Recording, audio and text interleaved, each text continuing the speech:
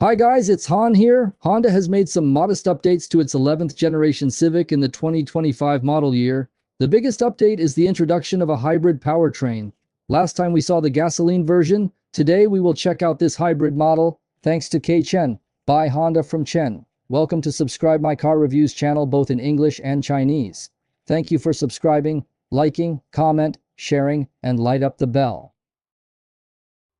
Honda's 11th generation Civic is available in the US market first as a 2022 model. In terms of appearance and size, the 2025 model is 0.8 inches longer, or about 20 mm, than the 2024 model. The 2025 Civic, which is currently released first, has two powertrains. One is the 2-liter naturally aspirated engine we saw last time, equipped with a CVT transmission. The tuning of the power parameters is somewhat lower than that of the 24 model product. The other one, as the current high-end power, is based on a 2-liter naturally aspirated engine, and Honda calls it a 2-motor hybrid system. In terms of power parameters, we can see that the system maximum horsepower is larger than the 24 model 1.5 turbo engine. Currently, the entire series are all front-wheel drive. According to Honda's official forecast, the sales of hybrid Civic products will account for about 40% of Honda Civic's sales in the United States. For curb weight, please refer to the chart. The weight of the 2-liter gasoline model has not changed, as we mentioned last time. The weight of the hybrid model has definitely increased a lot compared to the previous gasoline model. The suspension structure is still front McPherson and rear multi-link design. The fuel tank of the gasoline model is 12.4 gallons or 47 liters. The hybrid model is equipped with a 10.6 gallon or 40-liter fuel tank. This fuel tank is indeed not big. The manufacturer estimates the comprehensive fuel consumption, and the fuel consumption of the 2-liter gasoline engine version is relatively lower than that of the 24 models of the same model. The regular version is 36 mpg, and the 24 model is 35 mpg. The sports version 2-liter of the 25 is 34 mpg, and the sports version of the 24 is 33 mpg. All hybrid models are 49 mpg. The trim level of the 2025 model is also relatively simple at present. There are two basic trims for gasoline models and two basic trims for hybrid models. Here is the manufacturer's suggested retail price, and you can check out that. The gasoline engine has increased in price compared to the 2024 model, and the price increase is the constant theme right now in US market. Today we are checking out a model sold by Chen here, the 2025 hybrid Civic Sport Touring, which is the current top-of-the-line Civic. It is equipped with 4 wheels of 235/40R18, a 12-speaker Bose audio system, and Honda sensing. It's basically the basic trim. The MSRP, including shipping, is $32,845. The engine and transmission of this car come from Japan plants. The final assembly is in the Canada plant. The 25 model top-end Civic we are checking out today is basically the same as the 25 model gasoline Civic we saw last time. There are only some differences in some details, such as the difference of the outer covering of the body. From the front face, the 25 model has a more three-dimensional design than the 24 model, showing a sense of power and sportiness. Compared with the length of the car, the proportion of its hood length to the total length is relatively large. The front cabin is relatively slender, and the low front and high back design is not as exaggerated as the previous generation. There is a protruding forehead design in the front. The front light group is relatively narrow, which looks more combative. Below the front bumper, you can see that there are some differences from the 24 models, which we also talked about in the previous video. The air intake below is more three-dimensional and more complex in shape. Judging from the color scheme in the front, except for the logo, which is a shiny color, the other parts are decorated in black, some are bright black, and some are black plastic. As the top trim, it comes standard with front and rear parking sensors, which is also a unique configuration on the top trim. From the side shape is basically the same as the gasoline version of the 25 model we saw last time. There are only some minor differences in details, such as the shape of the wheels. Overall, it is still the classic shape of this generation of 3-box Civic. The front cabin is slightly slender. Try its best to present you with the largest cabin space. The cabin and the rear end have a shape that is integrated into one, and there is a fastback shape. The rear trunk is relatively short, but it is not a hatchback because Civic also has a hatchback version. Even the top version is called Sport Touring, but we still see more black decorative materials on the side, and only on the wheels are there some shiny metallic colors. No matter what aspect of the exterior design of this generation of Civic, it feels much simpler than the previous generation. The lines are also mainly straight-edged and right-angled. Of course, this is not just Civic. The design of the entire current Honda family is based on this design tone. The rear-view mirror of this car is black color. The rear-view mirror with turn signal and blind spot monitoring is also a unique configuration of the top trim. In this top trim, its front two doors have touch-type unlocking and locking functions, while the rear doors are not. Although the opening angles of the four doors are not as exaggerated as those of the CR-V, they are still very large in this class of sedans. The four windows are all single-layer glass. No double-layer glass is used at all. For sedans, we have to bend our waist to get in and out. The Civic series currently has 16-inch and 18-inch wheels. Hybrid models all use 18-inch wheels. The wheels of the 25 model have been redesigned. The wheel shape of the top-end version we are looking at today is somewhat different from the last time we saw in the Sport gasoline version. First of all, it has both black and some bright colors. At the same time, its shape is more simple and not so complicated. In terms of the braking system, regardless of the power system, the entire Civic series is currently consistent. The front brake disc uses a ventilated disc with a diameter of 11.1 inches. The rear are solid discs with diameter of 10.2 inches. From the rear, the overall shape and details are exactly the same as the 25 gasoline version of Civic we saw last time. The rear compartment looks shorter, and the cabin and the rear compartment feel like they are one. But it is indeed a three-box sedan. The edge of the rear trunk also has an upturned shape, which looks more playful and sporty. The two light groups have a similar shape to the front light groups, but they look bigger than the front ones. There is also a relatively protruding bumper platform design at the bottom, and an exhaust is placed on the right side with a hidden design.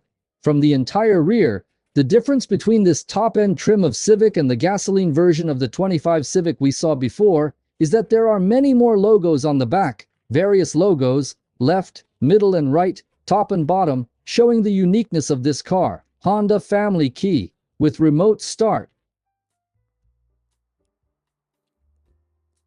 No power tailgate. After opening the trunk, you can see that it is no different from other versions of Civic. There are two handles on the top to fold down the second row seats, but there are no hooks on the left and right or any more functionality. A lighting lamp is placed in the middle here. After the cover is opened, there is a spare tire pit, but with no spare tire inside. The hybrid version we are looking at today does not have a spare tire. There is an air pump, a tire repair kit, and a refueling funnel in it. Sitting inside, we can see that the overall central control interior style is exactly the same as other trims of Civic. As the top line in the series, this car does have more configurations than other trims of Civic, but compared with the current competitive products of other companies on the market, its configuration does not seem very full. Only the front two windows of the four windows have a one-button up and down function. The rear two windows do not. Even on this top-equipped of Civic, it does not have a head-up display. There are many empty keys on the center console on the left side of the steering wheel, leaving a lot of room for future upgrades. On other trims of Civic, the instrument panel is composed of a 7-inch LCD screen and a physical speedometer. In the car series, only this top trim uses a 10.2-inch LCD instrument panel. Of course, we have seen this instrument panel before on some of Honda vehicle models. The entire instrument panel is divided into 4 display modes. One is in the form of 2 circles, one is in the form of 2 bar graphs, and the other 2 are the minimalist modes of these 2 modes. The circle on the left is controlled by the pulley on the left side of the steering wheel, mainly for adjusting multimedia. The display content in the circle on the right is controlled by the pulley on the right, mainly showing some information related to the trip computer. The display is relatively clear and not messy. The schematic diagram of the car in the middle, its lighting can still keep consistent with the real situation. The steering wheel is still the same style as other trims of Civic, in the form of a small 3-spoke. It seems small, the leather is very delicate, the stitching is very exquisite, it's also relatively thick, and it feels pretty good. There are 2 paddles at the back, which can adjust the kinetic energy recovery conversion strength in sports mode. The light group has an automatic opening and closing function. The front wiper has an automatic rain sensor function, which is also a unique configuration of the top trim. Automatic anti-glare interior rearview mirror. This Civic family is also relatively rare, and only the top trim has this glasses case. Once upon a time, the glasses case was a standard feature of the car, but now it is indeed a luxury.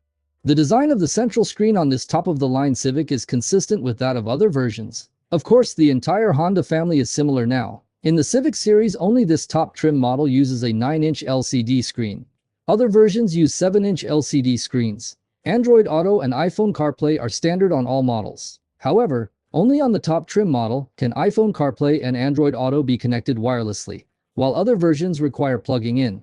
Only on the top trim model is the 12-speaker Bose audio system standard, which also comes standard with low-speed active braking. The color matching in this screen feels a little brighter than other versions. This car also does not have a panoramic view, wide-angle reversing view, bird's eye view above the bumper. The screen feels very large, but the clarity of this camera is indeed average, not very clear. Hybrid models are all equipped with dual-zone automatic air conditioning as standard. The front two seats of this version have 3 levels of seat heating. There are 2 USB-C ports at the bottom, one for data exchange and the other for charging. There is a 12-volt, 180-watt charger socket on this side. Below is a wireless charging pad, which is also a top-of-the-line exclusive configuration. The driving modes of this car include custom mode, sport mode, normal mode, and eco mode. You can see that the hybrid version has one less automatic start-stop button than the gasoline version, which the hybrid does not need. Opening the central armrest box, the inside is the same as other Civics. There is a cover in it. The central armrest box is still relatively large, and the plastic feel inside is very strong. Sitting in, we can feel that the overall feeling is exactly the same as other Civics. Since it's the top trim, many of its configurations are exclusive to the top trim. But even though it is the top trim and has many configurations that other versions do not have, overall, its configuration is not that high. It is just higher than other trims of Civic. Now I have put the seat down to the bottom, and you can observe the space performance. The seat is still the more comfortable seat in the Civic family. In this level, its seats are relatively wide and thick, which you can see through the video. On the basis of traditional Honda seats, its 2 edges of the seat backs and the seat cushions have a moderate convex feeling, which can give a similar feeling of wrapping a little bit. The top trim seat skin is leather, and other versions are all fabric. What is more valuable is that the car we are looking at today, its front driver and passenger seats are all power adjustable, but the driver's seat still has no lumbar adjustment, which is understandable. Young people have good waists. With no memory function, it's equipped with a small sunroof. In terms of materials, I feel that it is not much different from other trims of Civic, which has strong plastic feel. The ceiling is made of fabric. The A-pillar, B-pillar, and C-pillar are all made of plastic. The upper part of the dashboard is made of soft material. There is a honeycomb-shaped decorative material in the middle, which integrates the air conditioning outlet. There is a certain decorative material in front of the passenger. Below is pure hard plastic. The surface of the shift platform is decorative material, and the sides are all hard plastic. The legs are directly on the hard plastic. The window is still quite noisy. Sitting in the car and looking at the window frame, you can completely see the metal parts. The material used for the door panel lining is soft material on the top, with a certain decorative panel in the middle, and a large area of plastic in the middle too. There is some leather material around the armrest. Below is hard plastic. There are cup holders and storage compartments on the door panels. Also, 2 cup holders in the center. Sitting in the second row, the overall feeling is not much different from other Civics. Sitting on it, you can feel that the sight line is higher than that of the front row, and there is a heightened effect. As for the space, you can see that there is no problem with the headspace. As for the leg space, this seat back is flush with the B-pillar, so the legs can come in. It is more spacious over there. The seat is still very comfortable. The seat in second row feels also similar to other Civics. It's just that the seat skin of this car is leather, which is a unique configuration for the top trim. You can also see that the seat cushion is very thick. The cushion is high and long enough to support the leg pretty well. The rear air conditioner cannot be adjusted separately. There is not even an air conditioner vent, also without a charging port in the second row. The lighting is placed in the middle. Sitting in it and looking at the window frame, you can see the metal parts clearly. The material used for the door panel lining is equivalent to making some decorations on a plastic board and adding some decorative strips. Some leather material is added around the armrest. There is a cup holder on each door. The height of the central armrest is relatively low, with 2 cup holders on it. There is an armrest above each door frame. There is a hook on each side of the second row. The storage compartment behind the front seat back is only on the right, not the left. This car still maintains the tradition of Civic models being easy to drive, but it is still different from the gasoline Civic we tried before. First of all, the power of this car is still relatively good. In fact, everyone knows that the previous Civic, even in the era of around 1.0-liter self-priming displacement, although Civic cannot be said to be powerful, it has no power shortcomings. With a body of this size and weight, it still seems to be more than enough. This generation of models is also the same.